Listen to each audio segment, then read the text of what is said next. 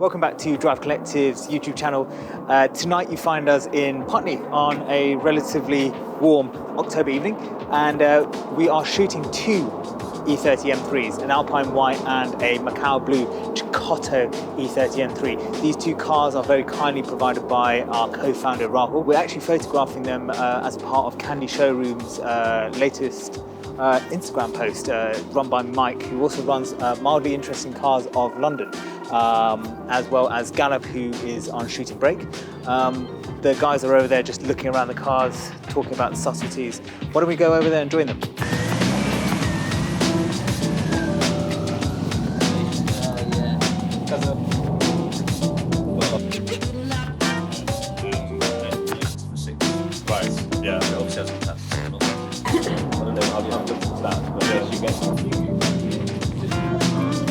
Why would you buy three E30 M3s? Yeah, that's just obnoxious. It is. No, but you got a white one. When do you decide which one to drive? Well, one of them You can't drive. isn't functioning at the moment, so that I'll answer that one quite easily. I think it's which one is accessible. Okay. So I still don't understand why you bought three. it all started 20 years ago when I had a convertible. So Macau Blue, same colour. Yeah. What, M3? M3 Nice. convertible. When they were very, very affordable, 20 years ago, I was a lot younger.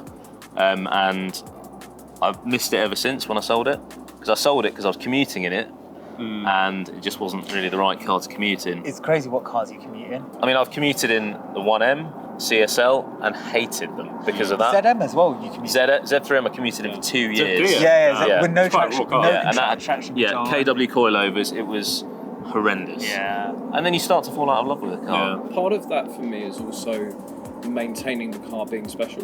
So when that car was new, there would have been plenty of people who bought them as a car to commute in and use Complete every day. motorway. And you completely can. Yeah. I just choose not to because that would take the shine off it. I feel like it would for me. You know, I don't want to drive 10 minutes to the supermarket in it if I need to go and do a properly big food shop and that kind of thing. So I want it to be a car, when I take it out for at least half an hour plus. Gets up to temperature, it gets enjoyed. I go and find the fun road, at least some fun road to go and enjoy it on. Yeah. That's the thing, because you were saying to get the most out of an E30 M3, you have to absolutely You have to get past 4K because they've got no Vanos. Okay. It's all cams. Yeah. Okay. Got no displacement, no torque. Plus, they've got quite long gearing.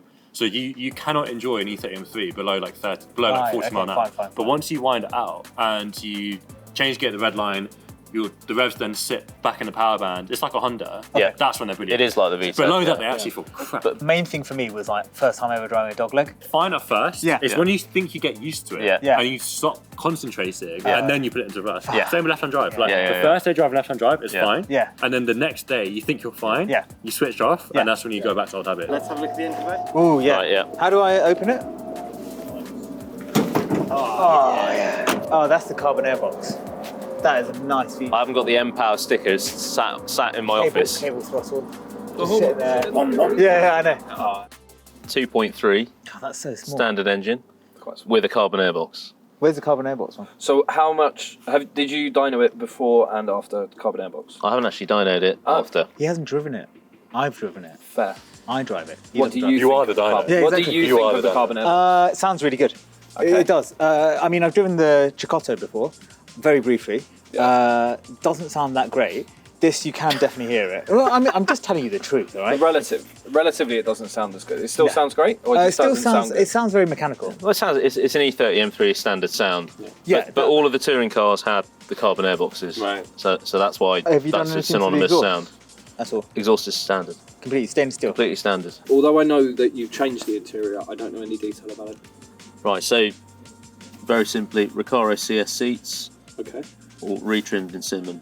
Retrimmed in so this is Peanut OEM BMW cinnamon leather. Peanut butter. Correct.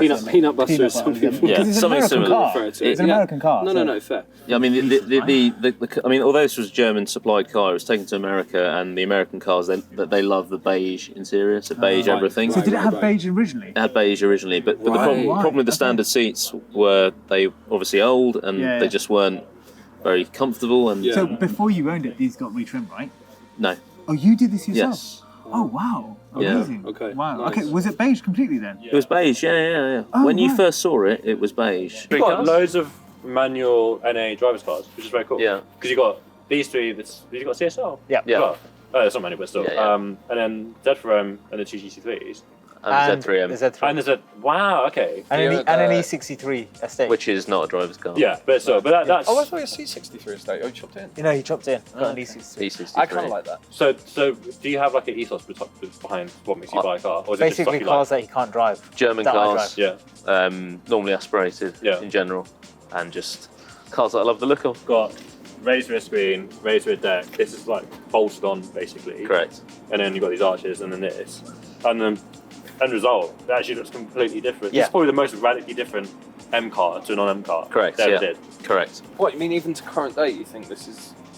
Yeah, but in the sense that different than this looks so different to a normal... To a stand like a 325, yeah. which... Especially because when this came out, the E30 was facelifted.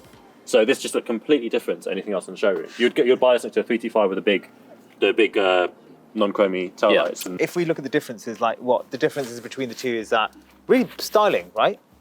There's a little bit of styling, yeah, absolutely. But what's actually different between the two? What's physically different? The Is the airbox. No. Out the box. What's the difference box. between the two? There isn't, other than styling, there isn't that much. Stupid question. Don't call me out for not being a car aficionado. Why did they put the box wheel arches on this? Because the regulations must have stated that they had to have the wheel within the arch. So Yeah. therefore they extend the arch. But Rags, you were saying something different about the Chicotto versus the normal Yeah, so the one. Chicotto has an additional spoiler just here. It's for aerodynamics. It probably is for aerodynamics, but Is ultimately it active? Does it move? it doesn't move. No, it's static. Ideally, fully anyway. static. Corbo? Cobra. Right, Cobra. okay.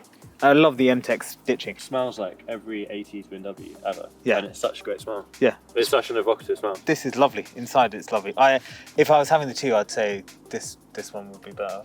In my opinion. In my opinion. I think I'd take that one. Peanut butter. I think, Yeah. I think I'd take the white one. Really? Yeah. Ah. I like what's been done with the stitch on the steering wheel here. Yeah. So I'd have to add that to that. yeah. So cool. Well, I think in an age where everything's leather or Alcantara, it's nice to have something For slightly sure. different. Yeah. When people talk about the E30 M3, people like put it in such high esteem. But if you compare it to an E46 M3, I think the E46 M3 will go down as a much better driving prospect. Is it the depends. case? Well, I was going to say, do people hold it in such high esteem because it is that it's the inception of, it was the first one to compete in touring cars, is that right? But they are actually really good to drive. Yeah. No, they are really good to Yeah. drive. I'm not saying they're not, but there's a lot of, for example, you've got the fact that there's all the old fast forwards. There's a lot of those that are probably really terrible to drive. Yeah. But it's just the fact that when that guy was 18, he really wanted that car, and regardless of how rubbish it actually might be to drive around, there's the nostalgia element. Yeah, to it, and now he's which- 38. 20 years ago, he now wants the car. Exactly. And then they're rarer, more desirable. The rarer, the more desirable. But when you speak to people who have old fast forwards Yeah. and you ask them what they like to drive, they always say, "Oh, it's crap." Oh, when, they you, honest? when you speak to Okay, people who have E30 M3s, Yeah. they love them. The Yeah. thing is, I get what you're saying. The E46 M3 is a gorgeous, brilliant car up to 8/10, and then all falls apart. And that's why it's nice to drive for most people, because if you just take it through the gears and you drive it normally, it's nice. It's got this nice chunky feel to it. It turns in. It's got loads of power below 6k. When you actually get on it, the brakes fade, too heavy, understeers, damping starts to fall apart. E30 M3 is opposite. You drive around town and it feels a bit crap. Right? It's got no power low down. It's got really long gears. Gear change is really long. Steering's really slow. But then when you really get on it, like 10/10, you just get it dancing around. You get the diff working, get the steering working. You don't mind the fact you're driving with your arms, not your wrists, because you're doing armfuls of gear change, armfuls of lock. Comes alive, and it's actually at its best at 10/10. Which one do you enjoy driving? I think at the moment it's the white one. Why? Carbon airbox, Oh. comfortable seats. Yeah. It's a completed car, and it's just jump in and drive it. If you enjoyed this video, consider subscribing to the Drive Collective YouTube channel. Drive Collective is a London-based members-only car club. We have an eclectic community and are always searching for the next adventure. If you'd like to join DC, have a look at our website in the description below and use a sign-up form to tell us about yourself and your car.